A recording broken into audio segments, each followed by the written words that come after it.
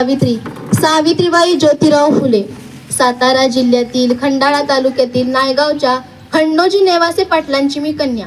वयाच्या 9व्या वर्षी ज्योतिराव गोविंदराव फुले नावाच्या माणसाशी माझं लग्न झालं.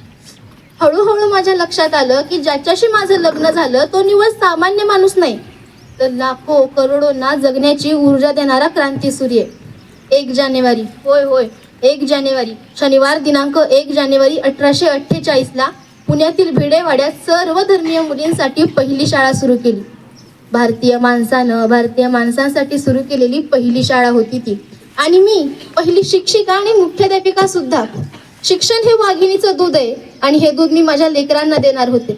शेळीपटासारखं जगला तर काम तमाम होतं, वाघासारखं जगला तर नाम होतं. कार्य खडतर होतं, चोखमीचं होतं. पण शिवरायांच्या मावळ प्रांतातील मावळ्यांचे आम्ही देखील वंशच होतो. घाबरणं किंवा कच खाणं आमच्या रक्ताला मानवणारं नव्हतं. सनातायांची मात्र धर्म बुडाला म्हणून कोल्हेकोई सुरू होती. सर्वसामान्य माणसानं शिक्षण घेतल्यानं कसा काय धर्म बुडतो यांचा?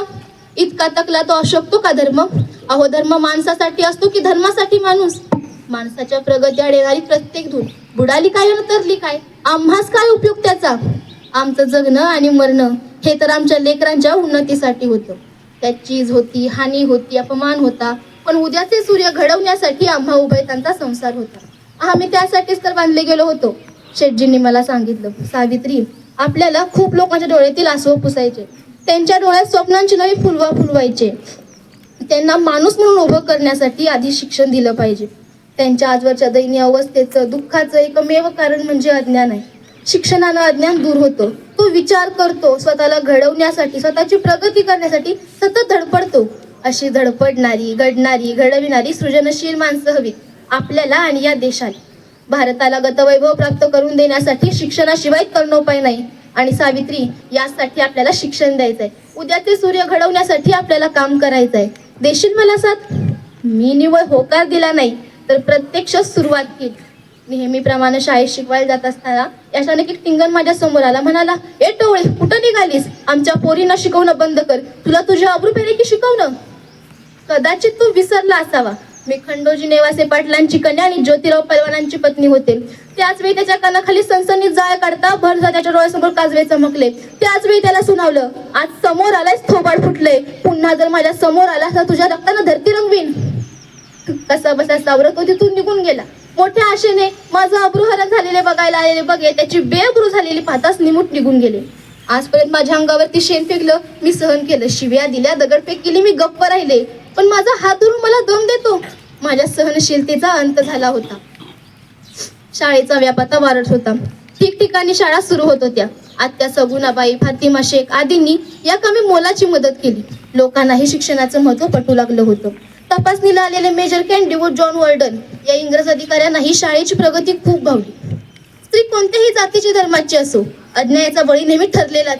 अहो, एखाद्या बाईचा नवरा मयत झाला म्हणून काय तिने सती जायचं? केशवपण करून तिला बोडकी करायचं? एकाच खोलीत डांबून ठेवायचं? अहो, नवरा मेला यात तिचा दोष कसा असू शकतो?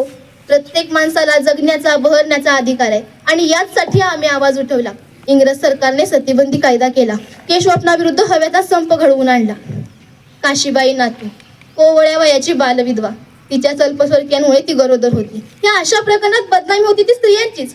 आणि याच बदनामीला कंटाळून ती आत्महत्या करायला निघाली. नाही, मला जगायच नाही, मला मरू द्या, अशी काकुळतीने विनंती करणाऱ्या काशीबाईच्या पाठी आम्ही ठाम उभे राहिलो. तिचे आई बाबा झालो. मोठ्या आनंदानं तिचं बाळणपण केलं आणि तिच्या गोजीरवाण्या बाळास आम्ही दत्तक घेतलं आणि त्याचं नाव ठेवलं यशवंत. अब्रूच्या भयानं जीव देणाऱ्या काशीबाईसारख्या कित्येक महिला आहेत हे लक्षात आल्यावर शेठजींनी ठिकठिकाणी जाहिरातींचे फलक लावले. कुणी विधवेचं अज्ञानानं वाकडं पाऊल गेलं असेल तर तिने ज्योतिबांच्या बालहत्या प्रतिबंधक गृहात येऊन बाळंत व्हावं. मूल हवं असल्यास त्याला घेऊन जावं, नको असल्यास त्याचा सांभाळ आम्ही करू. अशी 100 बाळंतपणं मी केली. ती रांगणारी बालकं, त्यांच्या दूरदूर धावणाऱ्या पावलांनी आमचं अंगण मात्र भरून जायचं. पण शाळांसाठी तशी याही बालसंगोपन गृहासाठी आम्हाला स्वतंत्र व्यवस्था निर्माण करावी लागली. शेठजींचं समाजकार्य सत्यशोधक समाजामार्फत जोरात सुरू होतं. मीही त्यात सामील झाले. भाषणही करू लागले. शेठजी सांगतील त्या गतीनं मी त्यांच्या ग्रंथांचं लेखनही करू लागले. ज्योतिबांची भाषणं, सत्यशोधक समाजाच्या अध्यक्षपदावर केलेली सावित्रीबाईंची भाषणं व गाणी यांची निर्मिती मला करता आली ती केवळ शेटजींच्या प्रभावामुळेच. एक शत्रू असे आपुला काढून मिळून तयाला, त्याच्याशिवाय शत्रूचं नाही शोधून काढा मला पाही. शोधलास का, पाहिलास का, विचार करून सांगले करा, नाव तयाचे बोल भरा भरा. हरलास का, कबूलच का, सांगते पहा दुष्ट शत्रूचे, नाव निटरे ऐकतयाचे. अज्ञान होय होय अज्ञान, धरुणी त्याला फिटायाचे, आपल्यामधून हुसकावयाचे. छत्रपती सिंहासनीची एक राणी ताराबाई, कोल्हापूरची जगदंबा, महाराष्ट्राची अंबाबाई. शत्रूवर घाली छापा, काळतयाची ती होई, चेहरी शत्रूला करून करी बेफामच लढाई. नाहून टाके रणभूमी शत्रू रक्ताने सारी, आणि चपलता विजेची जशी, तशीच कडारे संहारी, तशीच कडारे संहारी. अशा किती रचना मी केल्या. एकदा 1876ला खूप भयानक दुष्काळ पडला. त्या भयानक दुष्काळाचे वर्णन करतानाही अंगावरती थरकाप उठतो. अन्न देता येत नाही म्हणून लोक स्वतःच्या मुलाला विष घालत होते. आम्ही पुणे सोडून धनकवडी येथे दुष्काळग्रस्त लोकांसाठी मदत केंद्र सुरू केलं. 2000 लोकांना भाकरी भाजण्याचं काम आम्ही केलं. आमच्या कार्यकर्त्यांनी खूप मेहनत घेतली. सांगण्यासारख्या खूप गोष्टी आहेत बाबांनो, पण कुणीही कितीही विरोध केला तरी तसूवरही मागे हटलो नाही. शेटजींची प्रकृती बिघडू लागली होती. अर्धांगवायूनं त्यांची अर्धी बाजू निकामी केली. पण याही परिस्थितीत त्यांनी सार्वजनिक सत्यधर्म हा ग्रंथ डाव्या हातांनी लिहिला. आणि शेवटी शुक्रवार दिनांक 28 नोव्हेंबर 1890 रोजी शेटजी आम्हाला सोडून गेले. फक्त एक जीवनसाथी म्हणून नाही, माझा कार्याचा भागीदार, माझा जीवनसाथी, कार्याचा भागीदार, माझा आधारवण, माझी प्रेरणा, माझं सर्व काही आणि सर्वस्वही निपचित पडलं. 50 वर्षांची सोबत आता संपली होती. स्वामी ज्योतिबांच्या लागे मी चरणी, गोड त्यांची वाणी मनी घुमे. मी, लक्ष्मी, यशवंता, आमचं आकाशच हरपलं होतं, जमीन दुभंगली होती. पण एवढ्यात बाहेर कसली तरी गडबड सुरू होती. महादेव आणि सदबा हे प्रेताला खांदा कुणी द्यायचा, टिटवी कोणी धरायची यावरून तावातावाने बोलत होते. यशवंता आमचा नाही, आमच्या रक्ताचा नाही हे ऐकताच त्याही अवस्थेत त्याला बजावून सांगितलं. यशवंता आमचा मुलगा आहे, मी त्याची आई सांगते, आणि एक मुलगा म्हणून सर्व विधी यशवंताच करेल, दुसरं कोणी करणार नाही.